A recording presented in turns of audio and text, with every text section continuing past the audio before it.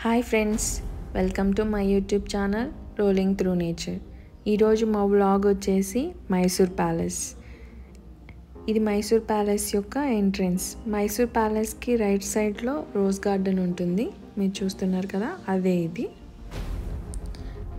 ఇప్పుడు మీరు చూస్తున్నది వచ్చేసి వుడెన్ ప్యాలెస్. కొత్తగా మా వీడియోస్ చూస్తున్నట్లయితే ప్లీజ్ సబ్స్క్రైబ్ చేయండి. మైసూర్ అంటే మనకు ఫస్ట్గా గుర్తొచ్చేది మైసూర్ ప్యాలెస్. మైసూర్ ప్యాలెస్ చూడని వాళ్ళు ఉంటారు, కానీ మైసూర్ ప్యాలెస్ని వినని వాళ్ళు ఎవరూ ఉండరు. ఈ వీడియోలో మొత్తం మైసూర్ ప్యాలెస్ డీటెయిల్స్ అన్నీ ఉంటాయి, సో ప్లీజ్ ఎక్కడ స్కిప్ చేయకుండా చూడండి లాస్ట్ వరకు. ఇక్కడ మీరు చూస్తున్నట్లయితే మైసూర్ ప్యాలెస్ యొక్క కళ్యాణ మండపము. ఈ మండపాన్ని రాజుల యొక్క మ్యారేజెస్కి అండ్ అదర్ అకేషన్స్కి యూజ్ చేసేవాళ్ళు. ఈ హాల్ వచ్చేసి చూడడానికి చాలా బాగుంటుంది. ఆ లైటింగ్కి ఈ హాల్కి ఇంకా ఎక్కువ అట్రాక్షన్ పెరిగిపోతుంది. ఇది 19th సెంచరీలో నిర్మించడం జరిగింది. ఈ ప్యాలెస్లో ఒక్కొక్క హాల్కి ఒక్కొక్క టైప్ ఆఫ్ ఆర్కిటెక్చర్ ఉంటుంది. ఈ హాల్ వచ్చేసి టూరిస్ట్కి మెయిన్ అట్రాక్షన్గా నిలుస్తుంది. అంబా విలాస్గా పిలువబడే ఈ మైసూర్ ప్యాలెస్ ఇండియాలో ఉన్న రాయల్ ప్యాలెస్లలో Mysore palace one of the best palace అని ప్రసిద్ధి చెందింది. ఈ మైసూర్ ప్యాలెస్ ఇండో సార్సనిక్ స్టైల్లో బిల్డ్ చేయడం జరిగింది. ప్రతి సంవత్సరం లక్షలాది మంది టూరిస్టులు ఈ ప్యాలెస్ని విజిట్ చేయడం జరుగుతుంది. నెక్స్ట్ మీరు చూడబోయేది మైసూర్ రాజ్యాన్ని పాలించిన రాజులు మరియు రాణుల యొక్క చరిత్ర గురించి. ఇక్కడ మీరు చూస్తున్నట్లయితే ప్రతి ఫోటో ఫ్రేమ్ కింద వారి యొక్క నేమ్స్ మెన్షన్ చేయడం జరుగుతుంది.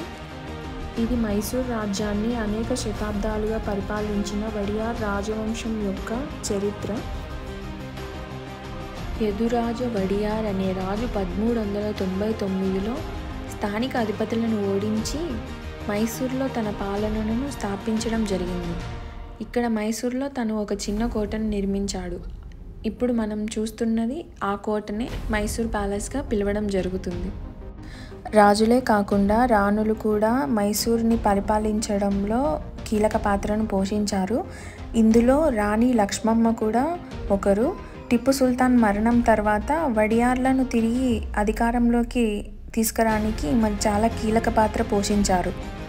నెక్స్ట్ రాజు వచ్చేసి చామరాజ వడియార్ అనే రాజు పొరుగురు పాలకులను ఓడించుకుంటూ వెళ్తూ తన రాజ్యాన్ని ఇంకొంచెం విస్తరింపజేసుకుంటూ వెళ్ళాడు. అలాగే దేవాలయాలను నిర్మించి కళను సంస్కృతిని ఎక్కువగా ప్రోత్సహించేవాడు. మరియు దక్షిణ కర్ణాటకలోని మైసూర్ని ఎక్స్పాండ్ చేయడం జరిగింది. అలాగే రైల్వేస్ మరియు ఎడ్యుకేషనల్ ఇన్స్టిట్యూషన్స్ ప్రవేశపెట్టడం ద్వారా మైసూర్ని ఎక్కువగా డెవలప్ చేయడం జరిగింది. అతను చిన్న వయసులోనే మరణించడం జరిగింది.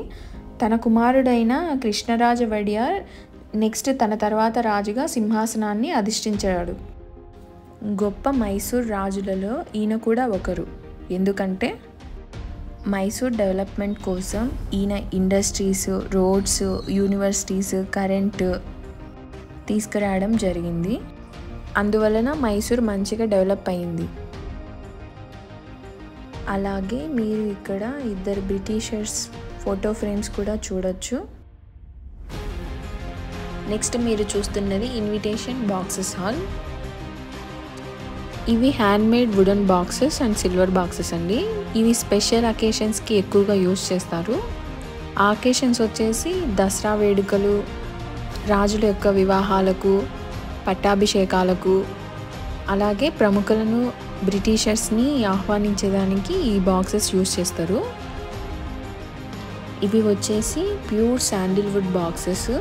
అలాగే చూస్తున్నారు కదా, సిల్వర్ బాక్సెస్ కూడా ఉన్నాయి, సిల్వర్ ప్లేట్స్ కూడా ఉన్నాయి. ఈ బాక్సెస్లో ఇన్విటేషన్ కార్డ్తో పాటు గోల్డ్ కాయిన్స్ కానీ సిల్వర్ కాయిన్స్ కానీ పెట్టి ఇన్విటేషన్ పంపేవాళ్ళు. ఆ బాక్సెస్ అన్నీ మొత్తం కలెక్ట్ చేసి ఇక్కడ మ్యూజియంలో పెట్టారు. ఇక్కడ మీరు చూస్తున్న పెయింటింగ్స్ వచ్చేసి 1931 నుండి 1944 వరకు 6 మంది పెయింటర్స్ కలిపి వేశారంట. అంటే సుమారు 13 సంవత్సరాలు ఈ పెయింటింగ్ వేశారు. ఇక్కడ టోటల్ ఇలా 26 పెయింటింగ్స్ ఉన్నాయంట.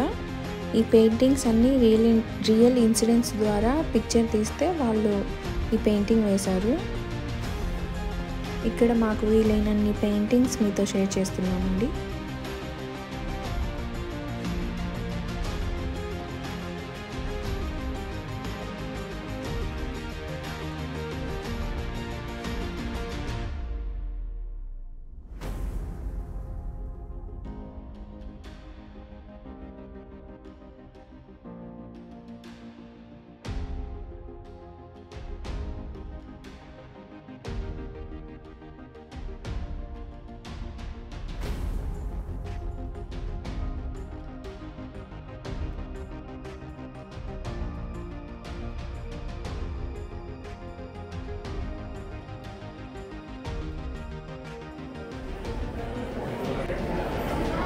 ఇది ప్యాలెస్లోని లోపల ఏరియా.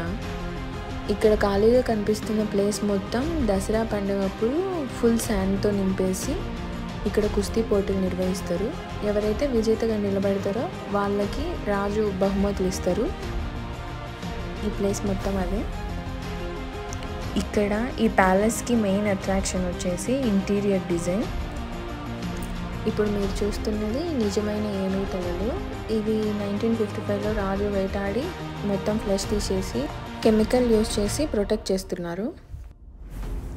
ఇక్కడ చూస్తున్నవన్నీ రాజు ఇతర దేశాలకు వెళ్ళినప్పుడు అక్కడ రాజులు బహుమతులుగా ఇచ్చిన బహుమతులన్నీ అవన్నీ ఇవే. ఇది అమ్మవారి విగ్రహం.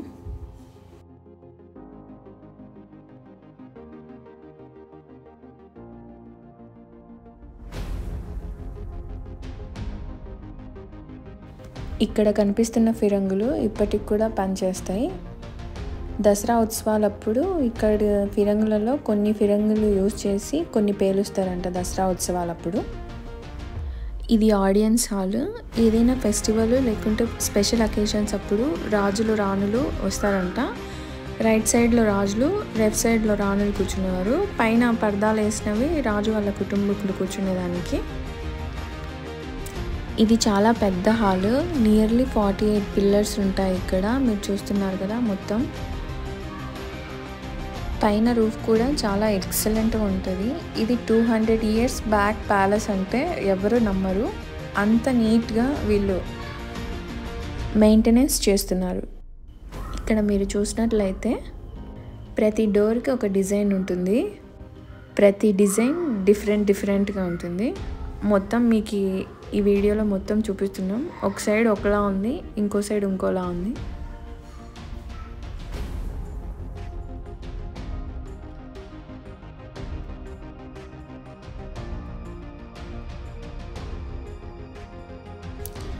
ఇది ప్రైవేట్ దర్బార్ హాల్. ఇక్కడ దసరా టైం అప్పుడు రాజులు పూజలు నిర్వహిస్తారంట. లోపల ఇంటీరియర్ డిజైన్ చాలా బాగుంటుంది.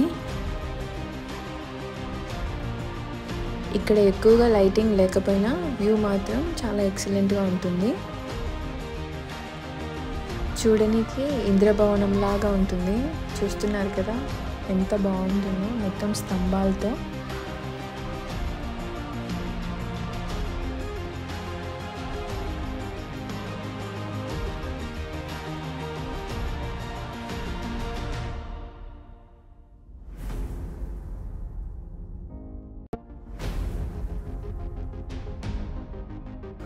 ఈ వెండి ద్వారం నుండే రాజు లోపలికి ప్రవేశిస్తాడు.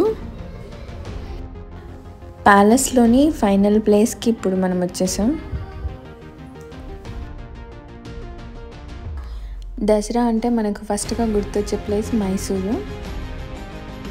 సో ఆ ఫెస్టివల్లో ఏనుగుల్ని డెకరేట్ చేసేదానికి ఈ థింగ్స్ అన్నీ యూజ్ చేస్తారు. ఇక్కడ మీకు చూపిస్తున్నవన్నీ అవే.